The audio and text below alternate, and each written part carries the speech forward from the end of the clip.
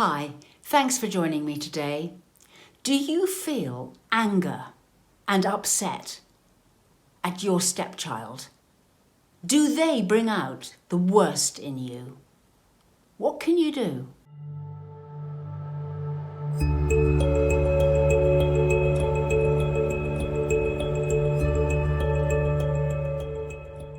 Hi, subscribe to my channel and hit the notification bell and I'll let you know every time I post.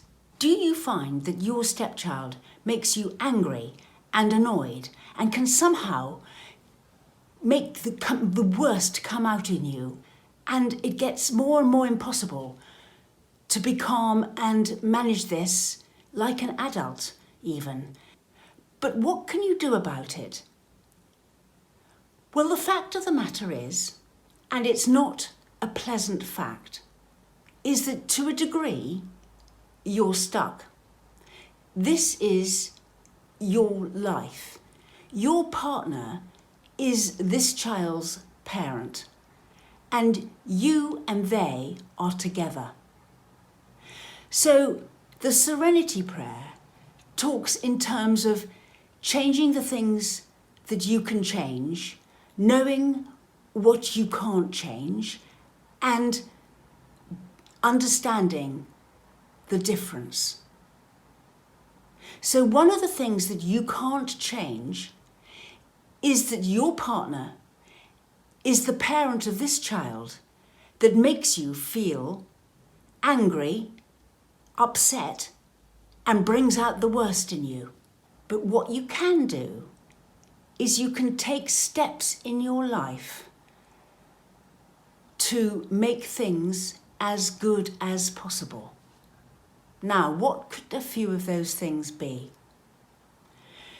You could organise to be away or out when your parent sees their child. You could set up a more independent life as in your partnership with your partner, so that your partner is free to spend time with their child or children, and you have another life somewhere else that you can enter into when your stepchild and partner are together. Some people move out from living together into separate accommodation so that the children can see their parent, your partner, when you're not around at all. Then you and your partner have a perfectly compatible relationship when your stepchildren aren't around. That happens, people do it, and people tell me that that's a very, very successful solution to this. For some step-parents, that may not be a solution. It may not be possible, or it may not be what you want. So what are the other alternatives? Well, you need to think about how to organise your life so that this doesn't become worse and it's not something that you can cope with less and less. What are the other things that you could do so that this child doesn't make you angry and doesn't bring out the worst in you? One of the most important things about step-parenting is to nurture yourself so that you can keep going. So what would it take to nurture yourself so that you can remain a partner in this relationship and mitigate the upset and the anger you feel around the child? Nurture yourself. What does that mean? Does that mean seeing friends, following an interest, having a hobby, doing something for yourself so you feel good about yourself and able to carry on? It's really worth developing something that you really want to do for yourself, so your life is rewarding and you feel good. I know somebody who took up looking after Jacob's sheep in order to provide herself with another interest. Things like that, that'll give you some kind of other interest in life that takes you out of yourself and makes things better.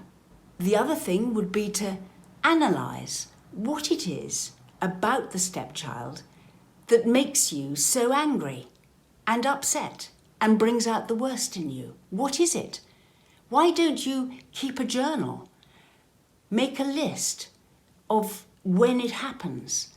What are the circumstances when it happens? What brings out the worst in you? What is it about it that's bad? And see if you can't organise things differently so it doesn't evoke that reaction in you. What else could you do? How else could it be done? How could you make this less bad? And then reward yourself for overcoming bouts of anger and upset. Reward yourself, literally. What is it? Give yourself a gift. Give yourself a present for coping. It's really not easy being a step-parent, and it's very common to have really horrible thoughts that you never thought yourself capable of. Plenty of step-parents write to me telling me that they never had thought they were capable of thinking these thoughts, and they're really quite frightened by the thoughts they're thinking. They didn't think they were capable of it. So you are not alone to feel these things. But the fact of the matter is that the situation you're in can't be changed very easily. So you need to look at organising things so that you can manage. And then once things are manageable, then in a funny way, after a while, things can become less annoying, less upsetting, and actually you can begin to cope. But there needs to be a kind of being able to sort of settle things down so that you can cope. Because whilst you are evoked into sort of anger and upset and bringing out the worst of you, then everyone will only ever see the worst in you and the situation won't get better. The person who needs to take action in this is you, and you need to think through exactly what that means. It's not always about being able to change the child or your partner. It's a lot about changing yourself so that you don't feel these things so badly and things generally get better.